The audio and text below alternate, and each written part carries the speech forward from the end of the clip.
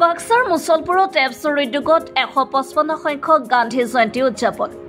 বাক্সা জিলাৰ মুছলপুৰত নিখিল বড়ো ছাত্ৰ সন্থা চমুকৈ এপছৰ উদ্যোগত 155 সংখ্যক গান্ধী জয়ন্তী উদযাপন কৰা হয়। এই উপলক্ষে মুছলপুৰ উচ্চতৰ মাধ্যমিক বিদ্যালয়ৰ খেলপথাৰত ৰাতিপুৱা যুটীয়াভাৱে এপছৰ আৰু ৰাষ্ট্ৰীয় পতাকা উত্তোলন কৰে ক্ৰমে এপছৰ সভাপতি দীপেন বড়ো আৰু খুংখ্ৰা স্বৰ্গীয়াৰীয়ে। ইয়াৰ পিছতে শান্তিৰ প্ৰতীক পাৰ চৰাই আৰু বেলুন উৰুৱাই দিয়া হয়। ইয়াৰ পিছতে হিংসা আৰু নিচাযুক্ত সামগ্ৰীৰ বিৰুদ্ধে উলিওৱা সমদল উদ্বোধন কৰে বিটিআৰৰ অধ্যক্ষ কাতিৰাম বড়োৱে। পুৱা 10 বজাত গান্ধীজীৰ অহিংসা নীতিৰ আধাৰত অহিংসা আৰু শান্তিপূৰ্ণ সমাজ গঠনত এপছৰ ভূমিকাৰ ওপৰত আলোচনা চক্ৰ অনুষ্ঠিত হয়। এই আলোচনা চক্ৰত অংশগ্ৰহণ কৰি হাৰিয়ানাৰ মহৰ্ষি বাল্মীকি বিশ্ববিদ্যালয়ৰ উপাচাৰ্য ৰমেশ ভৰদাস, MCLA মন্টু বড়োকে ধৰি আন বিশিষ্ট লোক।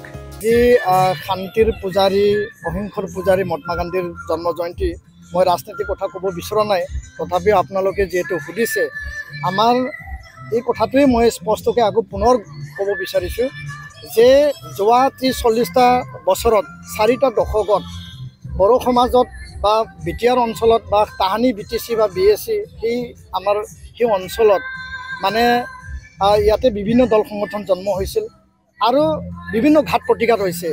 এপছু আৰু PTCৰ এসময়ত সংঘাত হৈছে, বহুতো ক্ষয় ক্ষতি হৈছে।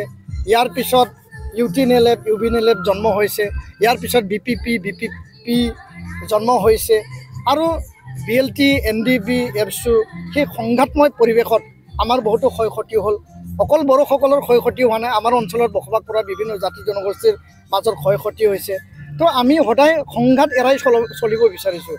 যিহেতু 2003ত মূল খুঁটিলৈ BLT ঘূৰি আহিল, 2020ত NDB মূল খুঁটিলৈ ঘূৰি আহিল, এতিয়া এটা অস্ত্ৰমুক্ত সমাজ আমি গঢ় দিব সম্ভৱ হ'ল। কিন্তু তৎসত্ত্বেও আমাৰ মাজত যি ৰাজনৈতিক যি এটা সংঘাতৰ যি পৰিৱেশ, সেই পৰিৱেশটো আমি নাইকিয়া কৰিব বিচাৰিছোঁ। কিয়নো হাগ্ৰামা মহিলাৰী ডাঙৰীয়া হওক, UG ব্ৰহ্ম ডাঙৰীয়া হওক, ৰঙ্গিনা নাৰ্জাৰী, ৰবিৰাম নাৰ্জাৰী ডাঙৰীয়া, প্ৰমোদ বড়ো ডাঙৰীয়া, আন নেতৃবৃন্দসকল একেটা গ্ৰুপৰে একেটা পৰিয়ালৰে সেইসকল নেতৃত্ব দিয়া সংগ্ৰামী নেতা আছিল। আজি UPPL আৰু BPF দুটা ৰাজনৈতিক দলত বিভক্ত হৈ আছে। সেই বিভক্ত হোৱা পৰিয়ালটো আমি এক হ'বৰ কাৰণে আমি আহ্বান জনাইছোঁ। ফৰ্মুলা এজেণ্ডা, ইয়াৰ ভৱিষ্যত কাৰ্যপন্থা পৰিকল্পনা কি হ'ব ৰাজনৈতিক দলবিলাকে তৈয়াৰ কৰিব, কিন্তু জাতীয় সংগঠন, জাতীয় চেতনা অনুভূতি আমি সদায় এই কথাটো উপলব্ধি কৰোঁ যে একতাৰ মাজেৰে আমি যাব লাগে, একে ৰাস্তাত খোজকাঢ়িব লাগে আৰু এই সংঘাত আৰু সংঘৰ্ষ ক্ষয় ক্ষতি এৰাই পেলাই যদি আমি আমাৰ ৰাজনৈতিক সাংবিধানিক অধিকাৰ এই বিটিআৰ অঞ্চলখন যদি আগুৱাই নিব পাৰোঁ, বিটিআৰ কেন্দ্ৰিক যি এটা আঞ্চলিক দল, সেইটো আমি যদি একে ৰাস্তাত ৰাইজে যি বিচৰাইছে সেই বিচৰা কথাকে আমি কৈছোঁ, ৰাইজৰ মনৰ কথা আমি প্ৰকাশ কৰিছোঁ, আমাৰ দায়িত্ব আমি পালন কৰিছোঁ, বাকী তেওঁলোকৰ কৰণীয় তেওঁলোকে পালন কৰিব লাগে, এইটোৱে মোৰ কথা স্পষ্ট। বাক্সাৰ পৰা Niren Kumar Sharma report, MV Live।